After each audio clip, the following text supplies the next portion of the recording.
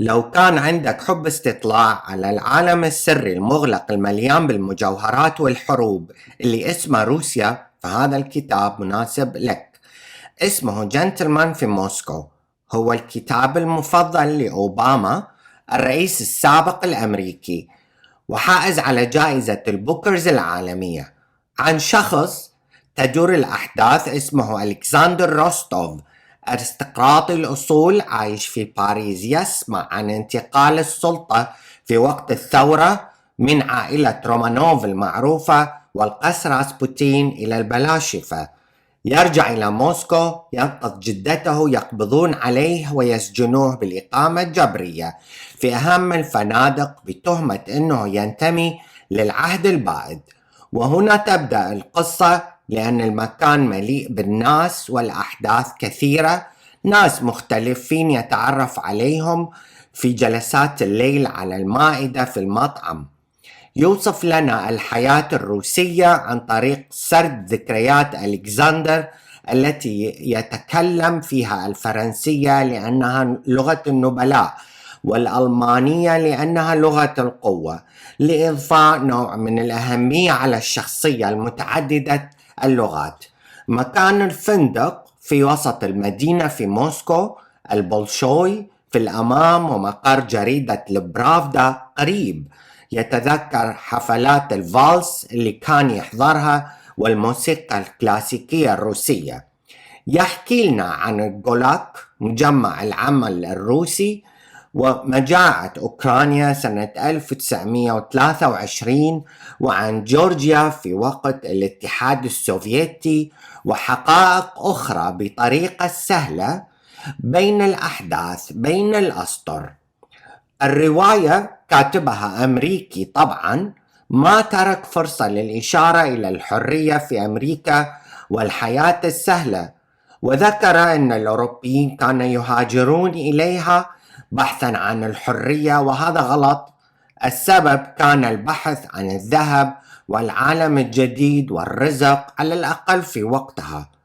وإذا كنت تحب تعرف أكثر عن التجسس الروسي، فمكتب الشاليبان الروسي ملتقى الصحفيين الأجانب يدسون حسناوات كعاملات تقديم المشروبات للتصنت والتسجيل.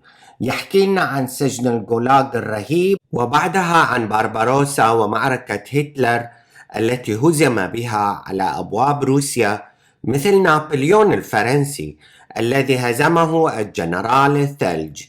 الجو قارس البرد، صعب على المحتلين وليس الشعب، ولهذا ظلت روسيا حصينة مثل قلعة الكرملين التي عمرها 1000 سنة على الغزاة.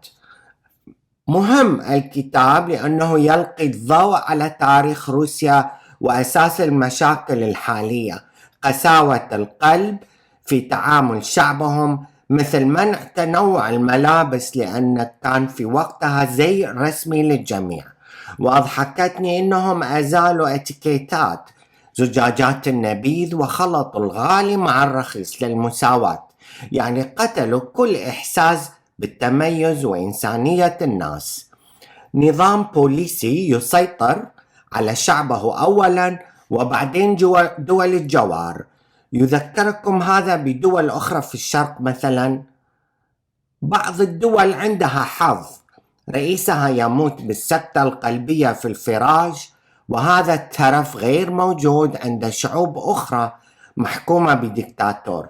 تخيلوا، يصحى الشعب ويلاقي الدكتاتور صابته جلطة في النوم، ولأن نوم الظالم عبادة كما نقول، فما بالك لو اختفى مثل ستالين فجأة.